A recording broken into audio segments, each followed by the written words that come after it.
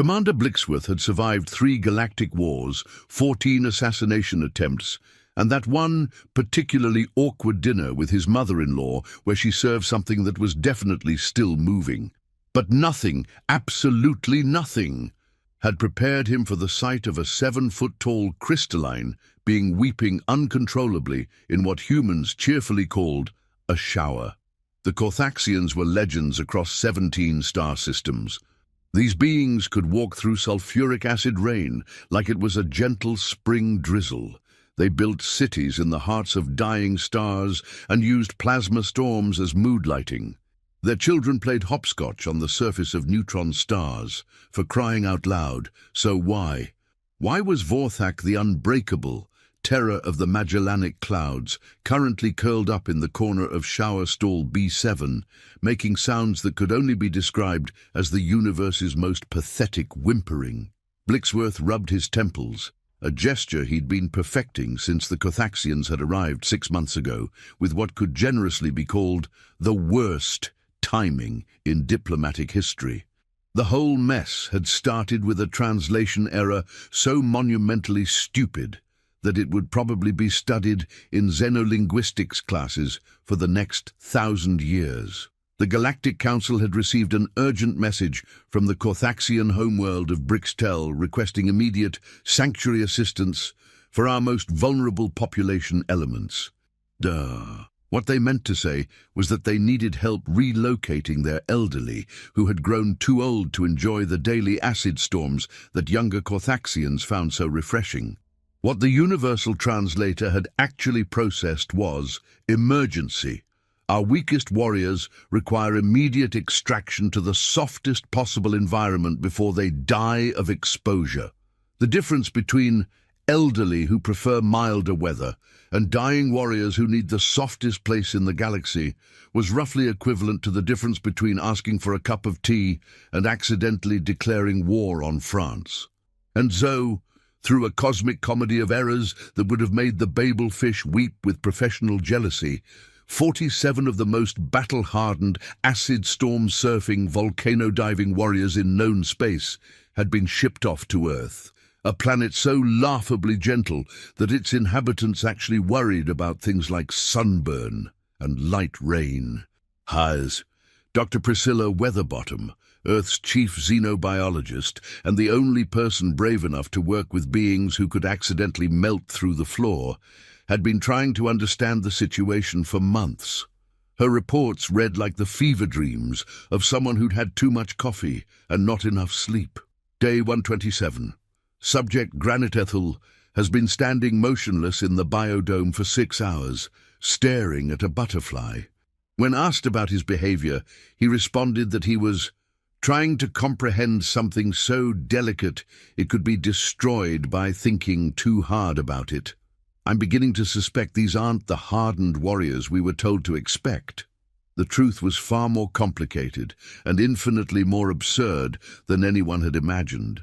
Corthaxian society was built on a simple principle. If it doesn't try to kill you at least 3 times before breakfast, it's probably not worth getting up for. Their children learned to walk by navigating fields of razor-sharp crystal formations. Their teenagers proved their worth by swimming through lava falls. Their marriage ceremonies involved both partners surviving a controlled supernova.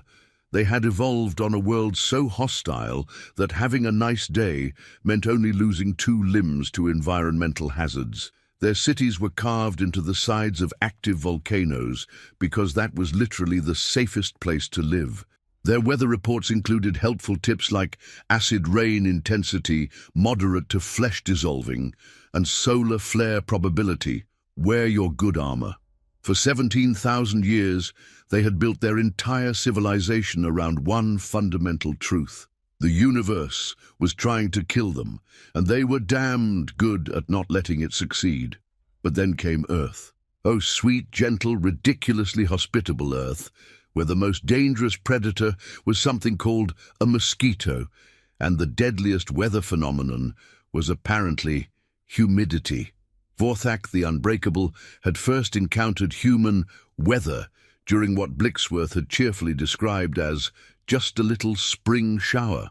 To Vorthak, who had literally bathed in the tears of dying stars, this should have been like being tickled by a feather made of gossamer and good intentions.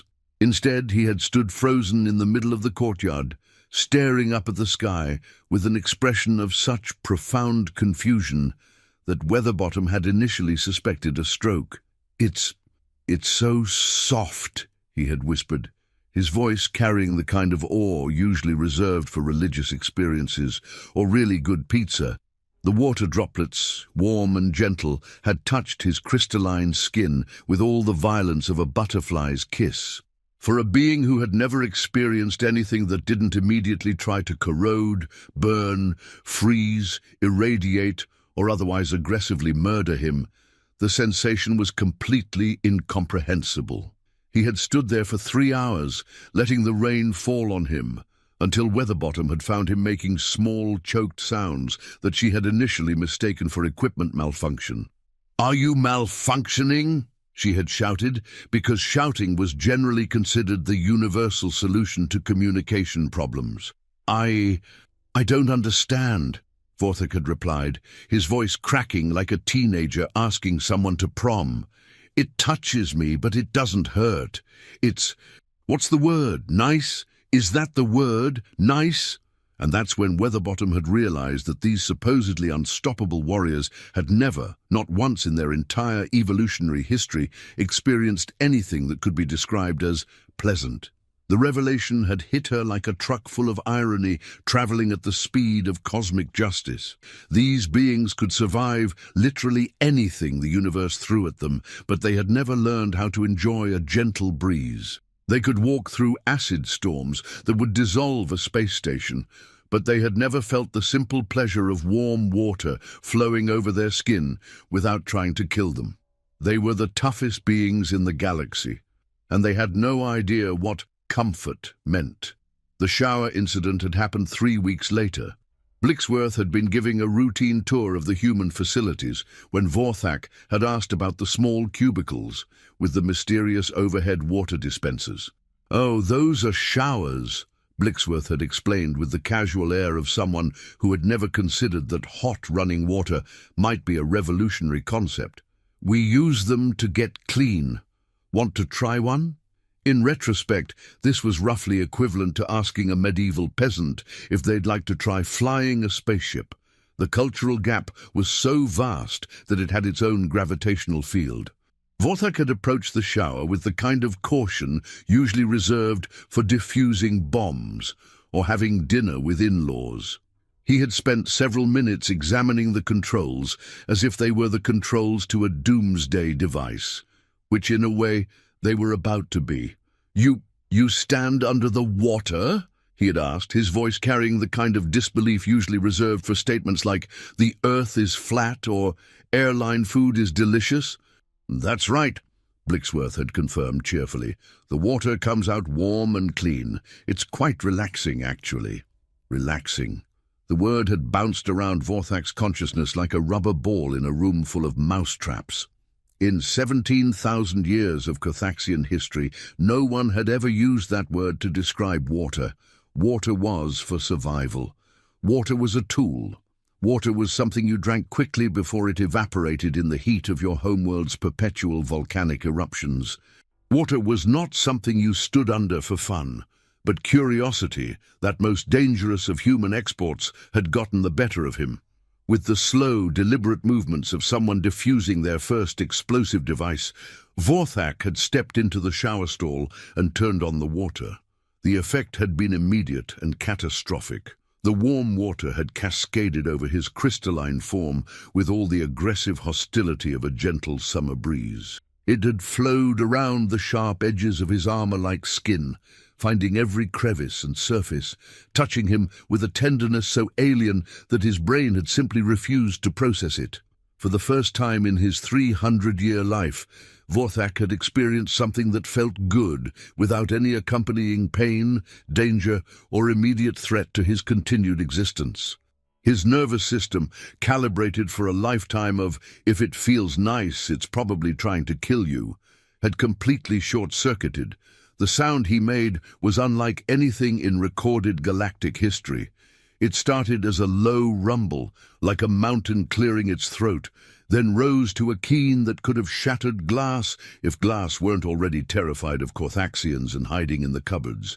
"What? What is this sorcery?" he had bellowed, but his voice had cracked on the last word, turning his fierce battle cry into something that sounded suspiciously like a sob.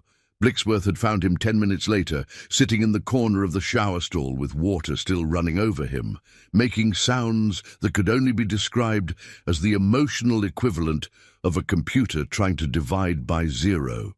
"The water," Vorthak had whispered, his voice thick with something that might have been tears if Corthaxians had tear ducts, which they didn't, which made the whole situation even more confusing. It's beautiful. It touches me.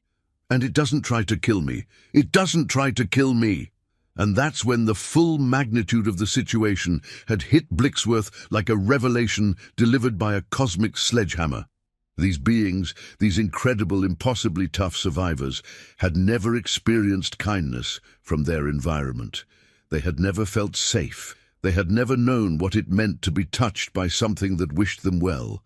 They were the strongest beings in known space, and they had never learned that strength could coexist with gentleness. The realization had spread through the human crew like wildfire through a very dry, very metaphorical forest. Within days, every human on the station was walking around with the shell-shocked expression of people who had just discovered that their new alien friends were basically cosmic orphans who had never received a hug from the universe. Dr. Weatherbottom had immediately begun what she cheerfully called Project Pamper the Invincible Space Warriors, though the official documentation referred to it as cultural integration through sensory familiarization. The results had been educational. Flint Gar, the Destroyer, who had earned his name by personally demolishing 3 enemy dreadnoughts with his bare hands, had discovered chocolate pudding and had spent the next 4 days sitting in the corner of the cafeteria, eating it with the slow, reverent movements of someone participating in a religious ceremony. "It's sweet," he had explained to anyone who would listen, his voice filled with wonder. "It's sweet, and it doesn't burn my tongue or try to escape. Why would you make food that wants to be eaten?" Obsidian Keth the Undefeated had been introduced to music and had promptly declared it the most beautiful form of torture he'd ever experienced. He had spent hours listening to everything from classical symphonies to death metal, weeping openly at the discovery that sounds could be arranged in patterns that made you feel things other than prepare for combat or run for your life. But perhaps the most devastating discovery had been made by Crater Null the Indestructible, who had accidentally encountered a cat, the station's resident feline, a small orange tabby named Professor Whiskers, a name that carried the full weight of human dignity and naming conventions, had wandered into the Corthaxian quarters during what had been a routine afternoon of staring at the walls and trying to comprehend the concept of leisure time. Crater Null had been sitting motionless for approximately 6 hours, a meditation technique that Corthaxians used to prepare for battles that lasted for decades. The cat, displaying the kind of universal indifference to alien customs that only cats possess, had simply walked up to him and started purring. The sound had frozen Crater Null's 3 hearts. On Brixtel, the only creatures that made continuous vocalizations were either warning you of imminent death or actively trying to cause it. But this small, furry entity was making a sound that seemed to serve no purpose other than contentment. When Professor Whiskers had then proceeded to rub against Crater Null's leg, marking him with scent glands and generally claiming ownership of this new warm surface, the effect had been equivalent to emotional nuclear fusion. Crater Null had looked down at this tiny creature who could have been crushed by his smallest finger and realized that it felt safe with him. It wasn't afraid. It wasn't preparing to fight or flee. It was simply happy to be near him. The sound he had made had brought running every human within a 3-kilometer radius, fearing that someone was being murdered in a particularly creative fashion. Instead, They had found Creightonal the indestructible, terror of 7-star systems, carefully cradling a small orange cat and making the kind of soft cooing sounds usually associated with new mothers or people who had just discovered pizza. "It trusts me," he had whispered, his voice filled with a wonder so profound it was practically radioactive. "This small, soft thing trusts me not to hurt it. How is this possible? How is this possible?" Dr. Weatherbottom had made a note in her research journal. Day 167. Have accidentally created the most dangerous emotional dependency in galactic history. Note to self, warn Earth about possible invasion of giant warrior teddy bears seeking cuddles. Oh, the situation had escalated when the Corthaxians had discovered that humans had entire industries dedicated to making life more pleasant. The concept of luxury had short-circuited their understanding of reality so completely that 3 of them had required emergency philosophical counseling. "You mean," Basalt Hawk the Unyielding had said slowly, "that you have people whose entire job is to make small soaps that smell nice?" "Well, yes," Blixworth had replied, beginning to suspect that this conversation was heading somewhere dangerous. "And these soap makers are respected, not exiled as dangerously soft weaklings who threaten the survival of the species? They're actually quite successful. Some of them make millions of credits." The silence that had followed was the kind of silence that usually preceded either enlightenment or complete psychological breakdown. "Your entire civilization," Basaltok had continued, his voice carrying the kind of careful control usually reserved for diffusing antimatter bombs, "is built around making existence pleasant? Among other things, yes. And you're not all dead." This had led to what Dr. Weatherbottom had privately termed the Great Philosophical Crisis of Tuesday afternoon, during which 17 of the most feared warriors in known space had spent 4 hours sitting in a circle, holding hands, and trying to understand how a species could survive by being nice to each other. The revelation that humans had not only survived, but thrived by creating comfortable environments, enjoyable experiences, and pleasant sensations, had shaken the very foundations of Corthaxian philosophy. For their entire recorded history, they had believed that suffering built character, that hardship forged strength, and that anything that didn't try to kill you was probably plotting something even worse. The discovery that you could be both strong and comfortable had caused what could only be described as a species-wide existential crisis.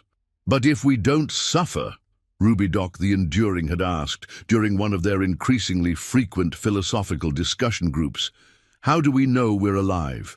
"You could try being happy instead," Dr. Weatherbottom had suggested, apparently unaware that she had just proposed something roughly equivalent to suggesting they all sprout wings and learn to photosynthesize. "Happy," Rubydoc had repeated the word like it was a foreign concept, which technically it was. "Happy means not preparing for the next catastrophe. Happy means enjoying the moment you're in right now. But what if something terrible happens while we're enjoying ourselves? Then you deal with it when it happens. But until then, you might as well enjoy the nice things." The logic was so alien, so fundamentally opposed to everything they had ever been taught, that several Corthaxians had required emergency meditation sessions just to prevent their worldviews from collapsing entirely. Meanwhile, the humans had been having their own revelations. Working with the Corthaxians had given them a new perspective on what they had always taken for granted.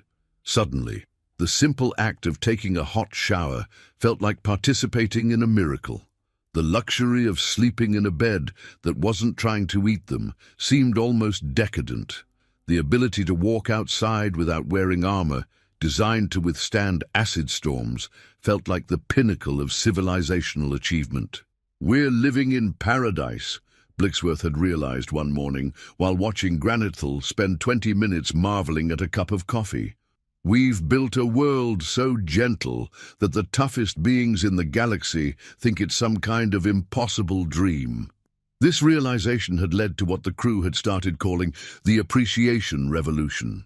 Suddenly, humans were rediscovering wonder in their own mundane lives. The cafeteria food, previously considered barely edible, was now praised as amazingly non-toxic. The recycled air, once stale and boring, was celebrated as refreshingly free of sulfuric compounds. But the real breakthrough had come when Dr. Weatherbottom had made a discovery that would change everything.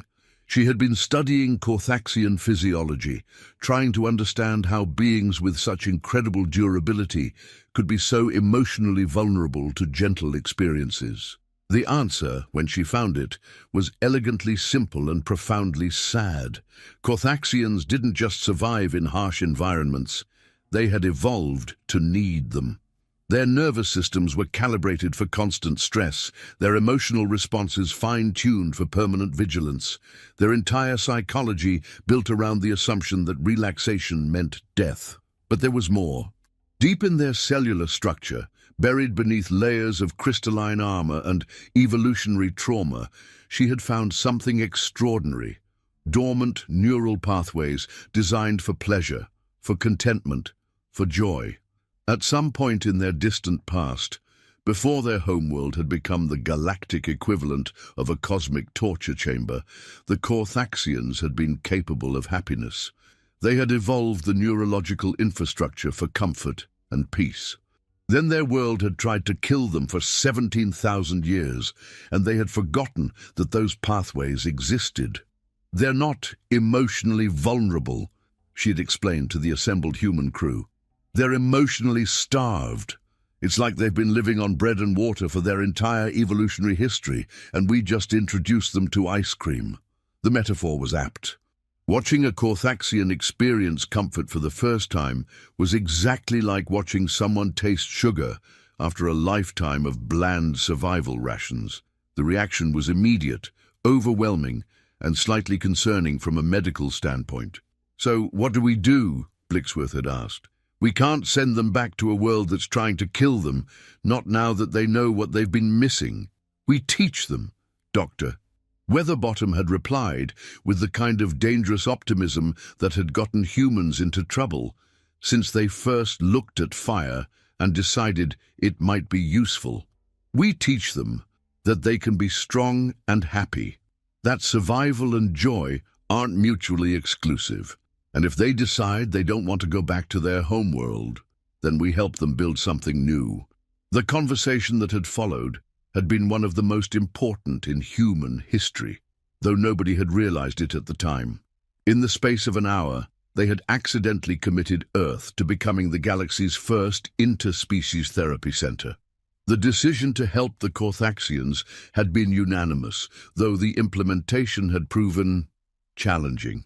Teaching beings who had spent their entire lives preparing for battle how to enjoy a sunset was like trying to explain quantum physics to a particularly stubborn rock. It required patience, creativity, and a disturbing amount of chocolate pudding. The breakthrough had come when Vorthak had made an unexpected discovery in the station's botanical garden. He had been wandering through the greenhouse, still trying to understand why humans would create an environment specifically designed to nurture weak plants that couldn't survive in the wild, when he had encountered something that changed everything. A flower. Not just any flower, but a simple daisy, white petals surrounding a yellow center, growing in a small pot by the window. Vorthak had stopped in front of it, his massive form dwarfing the delicate plant, and had stared for nearly an hour. "It serves no purpose," he had finally said to Dr. Weatherbottom, who had been observing from a distance. "It doesn't warn of danger. It doesn't provide sustenance. It doesn't defend territory or signal mating availability. It simply exists." "That's right," she had agreed carefully. "And you deliberately create these. You spend time and resources nurturing something that serves no survival function. We think they're beautiful." Beautiful. He had tested the word like it was a new flavor. Beautiful means it pleases you to observe it. Exactly. Vorthak had reached out with one massive finger, stopping just short of touching the delicate petals. "If I touch it, will it die?" "Probably not, if you're gentle." Gentle. Another new word, Another impossible concept. I don't know how to be gentle. Would you like to learn? The look he had given her was one of such desperate hope that she had immediately understood why the strongest beings in the galaxy had broken down crying in Earth's showers. They hadn't just been denied comfort, they had been denied the knowledge that comfort was even possible.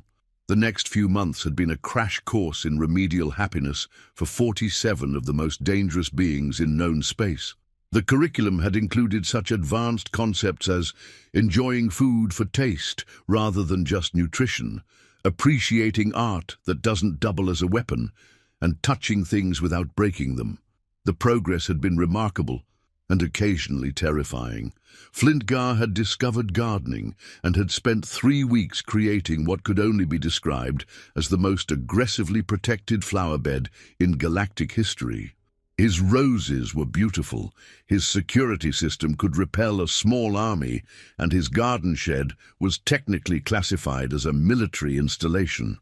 Obsidian Keth had learned to play the piano, though his interpretation of Für Elise sounded like it was being performed during a particularly enthusiastic earthquake. The piano had required daily maintenance, but the joy on his face when he managed to play a complete melody without destroying the keys had been worth every repair bill. Creightonal had become the station's unofficial cat whisperer, spending hours each day sitting perfectly still while Professor Whiskers and 3 other felines used him as a combination jungle gym, heating pad, and personal servant. His reports to the Corthaxian High Command had become increasingly philosophical treatises on the nature of trust and unconditional affection.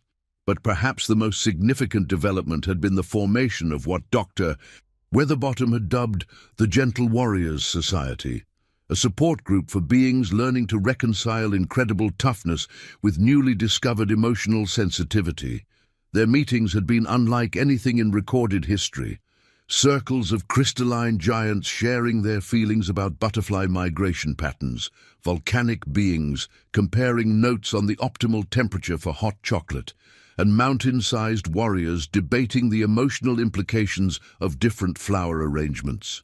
Today, I watched a human child blow soap bubbles, Basaltok had shared during one particularly memorable session. They created these perfect spheres of nothing, watched them float away, and felt joy at their existence, even though they knew the bubbles would pop. I spent 6 hours trying to understand this concept. How can you find happiness in something you know is temporary?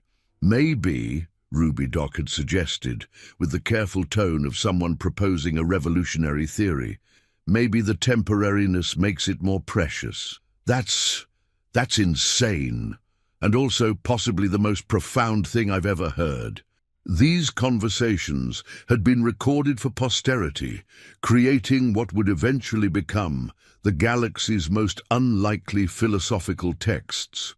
Meditations on Mortality by beings who could survive nuclear winter, and the gentle art of not destroying everything you touch, a warrior's guide to tenderness. Meanwhile, the Corthaxian High Command had been receiving increasingly concerning reports from their advance team. Day 200. The humans have introduced us to something called ice cream.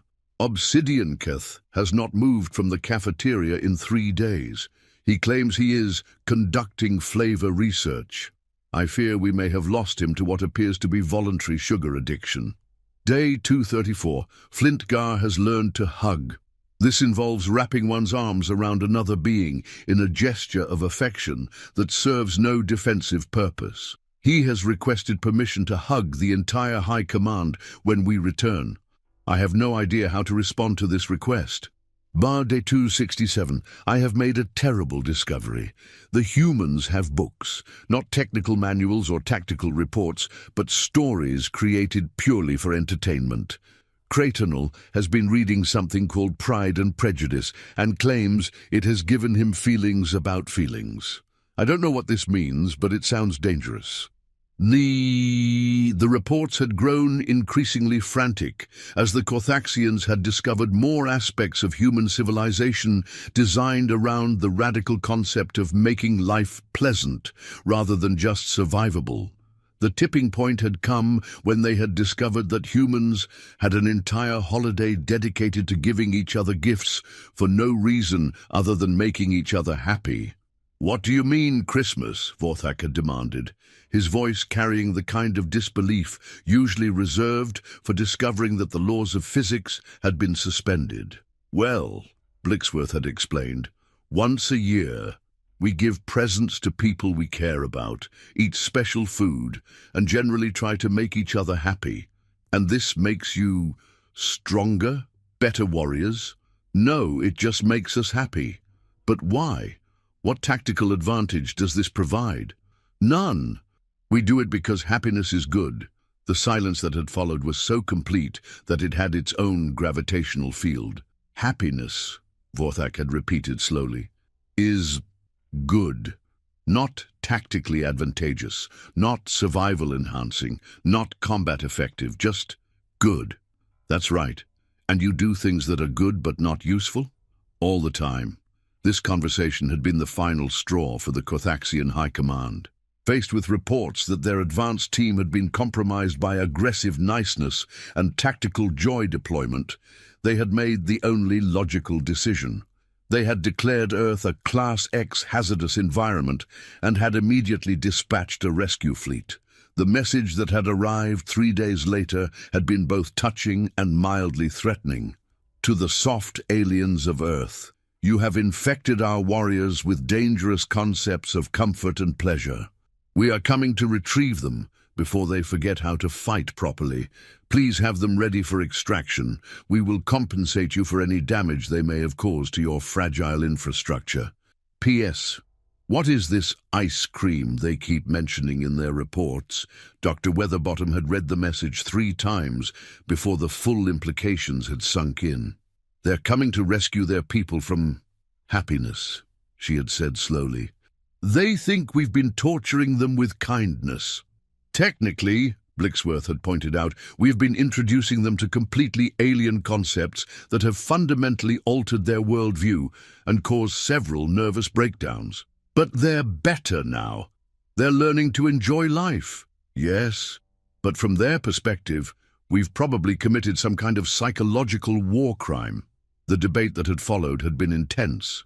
The humans wanted to protect their Kothaxian friends from being dragged back to a life of perpetual combat stress.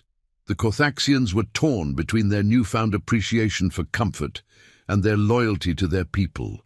The solution, when it came, had been typically human in its audacious simplicity. "We invite them for Christmas," Dr. Weatherbottom had announced. "What?" "The Kothaxian rescue fleet. We invite them for Christmas. We show them what we've shown their advance team. We let them experience what their people have been experiencing. You want to weaponize Christmas against a fleet of warrior aliens? I want to share Christmas with a people who have never experienced joy."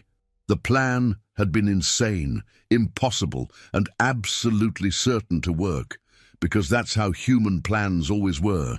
When the Kothaxian rescue fleet had arrived in Earth orbit, bristling with enough firepower to crack a moon and demanding the immediate return of their compromised personnel, they had been met not with defiance, but with an invitation. "Greetings, mighty warriors of Brixtel," Blixworth had broadcast. "Your people are safe and well. We would be honored if you would join us for our winter celebration. We promise you'll find it educational." The response had been predictably suspicious. "We have come to retrieve our people, not to participate in your soft alien rituals." "Of course. But surely warriors of your caliber aren't afraid of a little human hospitality." It was a cheap trick, appealing to their pride, but it had worked. Within hours, the first shuttles had begun descending from the Kothaxian fleet, carrying visitors who had come prepared for battle and instead found themselves invited to a Christmas party. The culture shock had been immediate and catastrophic. Admiral Bedrock Shan, Supreme Commander of the Kothaxian rescue fleet, had stepped off his shuttle expecting to find his advance team held prisoner by some form of alien mind control. Instead, he had been greeted by Vorthak the Unbreakable, wearing a Santa hat and holding a plate of sugar cookies. "Admiral," Vorthak had exclaimed with genuine joy. "You must try these. They're sweet and they have no defensive purpose whatsoever. It's amazing." The cognitive dissonance had nearly caused Admiral Bedrockshan to collapse on the spot. "Vorthak," he had said carefully, "why are you wearing that ridiculous red hat? It's festive. The humans say it spreads Christmas cheer." "What is Christmas cheer?"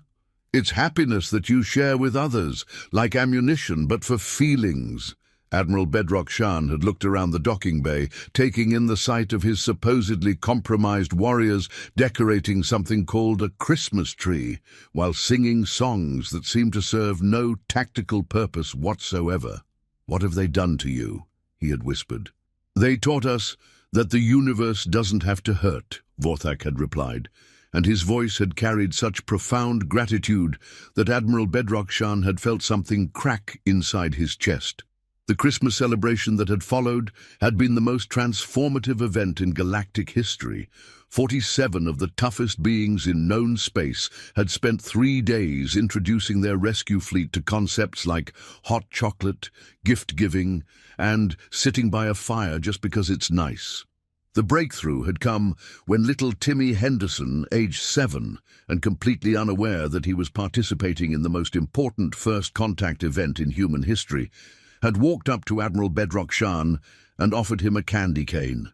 "It's peppermint," Timmy had explained, with the serious demeanor of someone sharing classified information. "It makes your mouth feel cold and fresh." "Want to try it?" Admiral Bedrockshan had looked down at this tiny being, who barely reached his knee and could have been accidentally stepped on without him noticing, offering him something sweet for no reason other than kindness. "You're not afraid of me," he had observed. "Should I be?" Timmy had asked, with the devastating honesty that only children possess. "I am a warrior. I have fought in 17 battles. I command a fleet that could destroy your world. But you're not going to." "How do you know?" "Because you're at our Christmas party. Mean people don't come to Christmas parties." The logic was flawless, unarguable, and completely alien to everything Admiral Bedrockshan had ever been taught about conflict resolution. He had taken the candy cane, with fingers that could crush steel, and had tasted peppermint for the first time in his 300-year life. The sound he had made was exactly like the sound Vorthak had made in the shower 3 months earlier. By the end of the 3rd day, the entire Corthaxian rescue fleet had been compromised by what their official reports would later describe as strategic niceness deployment and tactical Christmas spirit implementation. The decision to stay had been unanimous, though the paperwork had been complicated. Admiral Bedrockshan had sent a message to the Corthaxian High Command that had made galactic history. Mission update. Have discovered that our people were not being held prisoner, but were being taught an advanced form of psychological warfare called being happy. Request permission to establish permanent cultural exchange. Also, please send more ships. You need to experience this ice cream phenomenon immediately. The response from Brixtel had been swift and decisive. Permission denied. Return immediately before you are further compromised by alien softness techniques. Admiral Bedrockshan had sent back a message that consisted of a single word: no.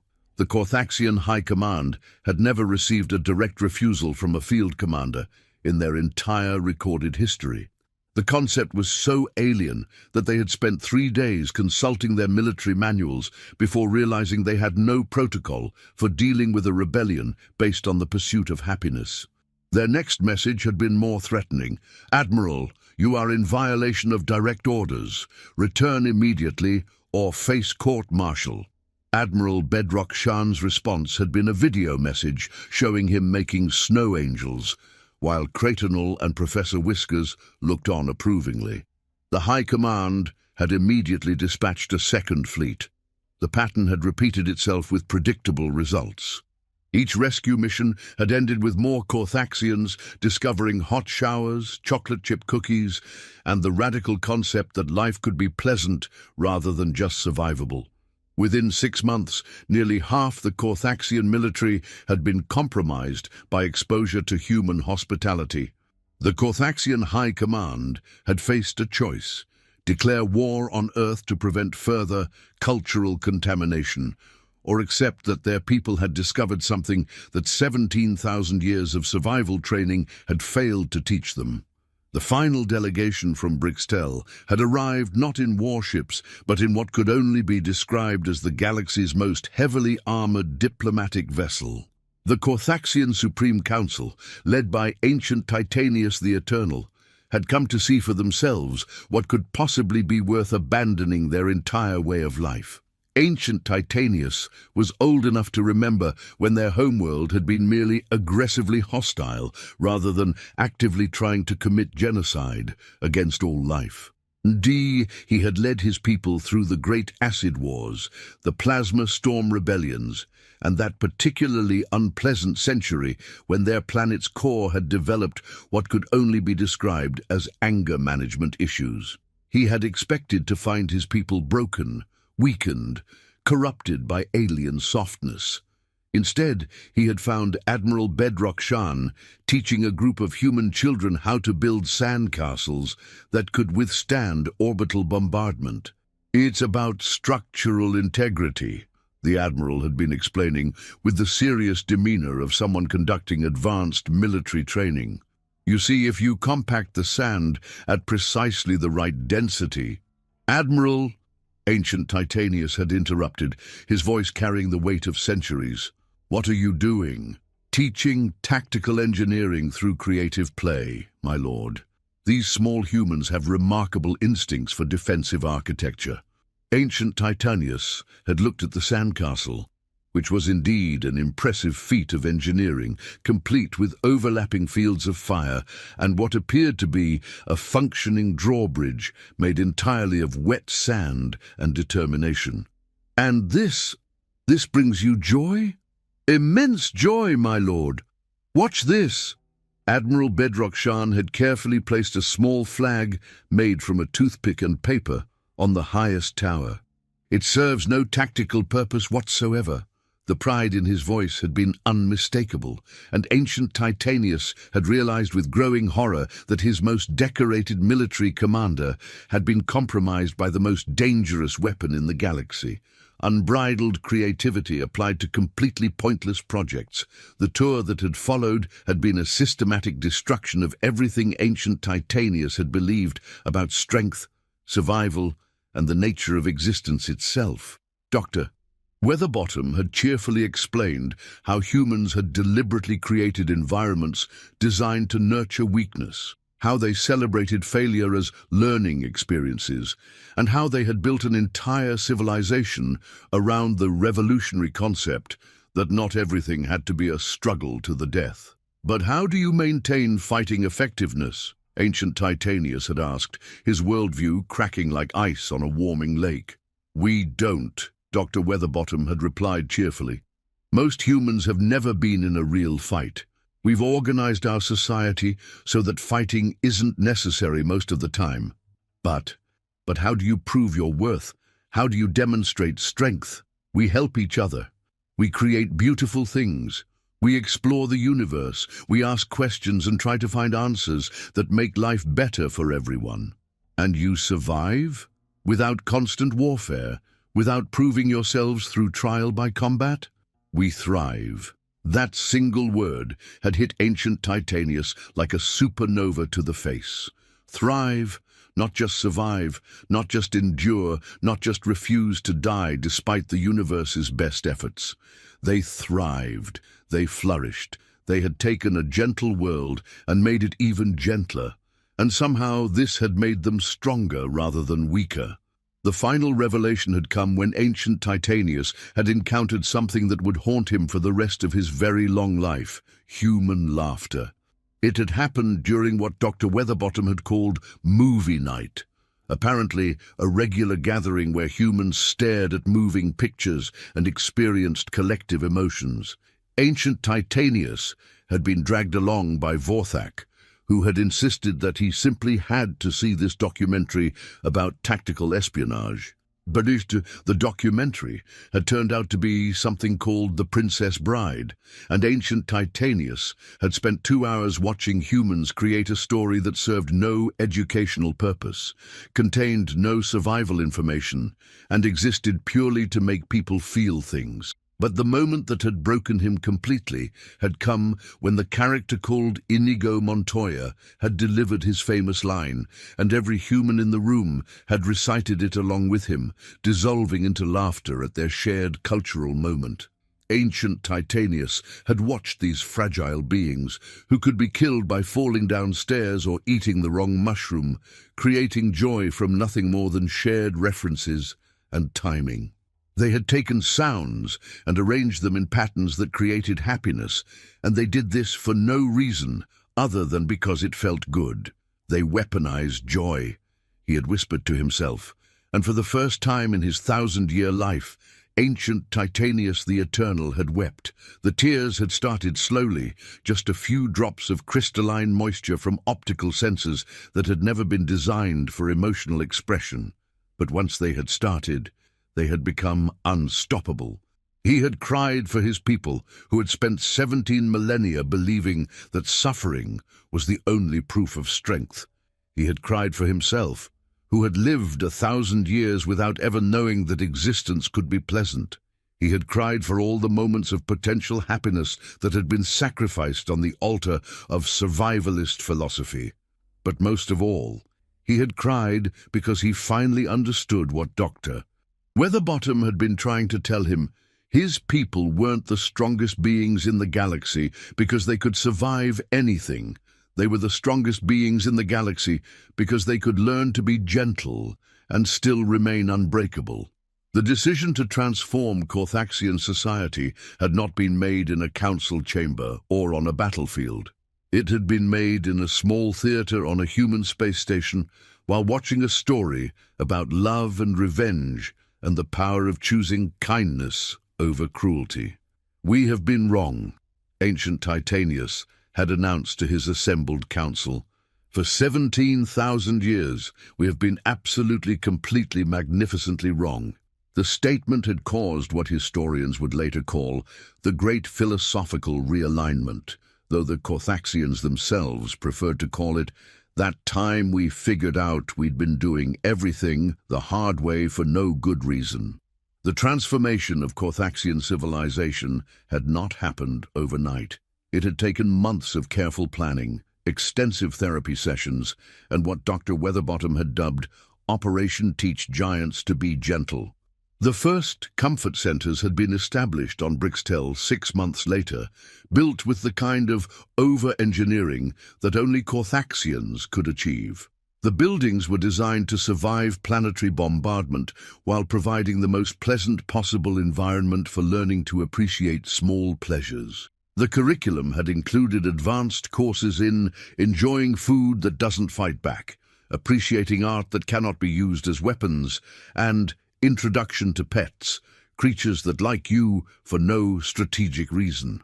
The results had exceeded everyone's expectations. Within a year, Corthaxian engineering teams had designed hot springs that could function in acid rain, gardens that could grow flowers in volcanic soil, and recreational facilities that could provide comfort and joy even during their planet's notoriously hostile weather patterns. They had applied their legendary toughness to the revolutionary goal of making life pleasant, and the results had been spectacular. Corthaxian comfort food could be eaten during a meteor shower. Corthaxian spas could provide relaxation services, while the ground was literally trying to swallow the building. Corthaxian entertainment complexes could host concerts during plasma storms, with sound systems that turned the natural electrical discharges into part of the musical experience. They had taken their harsh world and made it comfortable not by making it less dangerous, but by creating islands of joy that could exist anywhere, under any conditions. The rest of the galaxy had watched this transformation with fascination and not a small amount of concern. The idea that the toughest warriors in known space had suddenly decided to focus on luxury hospitality and recreational activities had been unsettling. But the real shock had come when the Corthaxians had begun offering their services to other species. Vacation packages to the most dangerous luxury resort in the galaxy, their advertisements had proclaimed. Experience comfort so profound it will make you weep. Enjoy our acid-proof hot tubs. Relax in our volcano view spas. Try our restaurant, where the food is guaranteed delicious and the volcanic activity is complimentary atmospheric lighting. The first tourists had been skeptics and thrill-seekers, drawn by the novelty of visiting a world where checking into a hotel required signing a death waiver. They had expected gimmicky attractions and superficial comfort designed to appeal to soft world sensibilities. Instead, they had found something unprecedented in galactic tourism. Genuine luxury created by beings who understood that true comfort meant being able to relax, even when everything around you was trying to kill you. Corthaxian hospitality had been revelation. When your hosts had survived 17,000 years of planetary hostility, they understood comfort in ways that no other species could match. They had created environments so peaceful, so perfectly designed for relaxation, that visitors had found themselves experiencing levels of contentment they hadn't known were possible. The success had been immediate and overwhelming. Within 2 years, Brixtel had become the most sought-after vacation destination in known space, booked solid for the next 3 decades. But more importantly, the Corthaxians had discovered their true calling. They weren't just warriors who had learned to be gentle. They were beings who understood better than anyone else that true strength meant being able to create beauty and comfort even in the most hostile environment imaginable. They had become the galaxy's experts in what Dr. Weatherbottom had termed aggressive hospitality, the art of providing comfort so perfect, so overwhelming, that it constituted a form of benevolent warfare against suffering itself. Ancient Titanius had established the new Corthaxian motto, "We survived the worst, now we'll give you the best." The philosophy had spread beyond Brixtel. Corthaxian comfort technology had revolutionized life throughout the galaxy. Their techniques for creating joy in hostile environments had been adopted by mining colonies, frontier settlements, and deep space stations. They had taken their gift for survival and transformed it into a gift for living. But perhaps the most profound change had been in the Corthaxians themselves. The beings who had once measured their worth by their ability to endure pain had learned to measure it by their ability to create joy. Vorthak the Unbreakable had become Vorthak the Gentle, master gardener and designer of the galaxy's most beautiful botanical installations.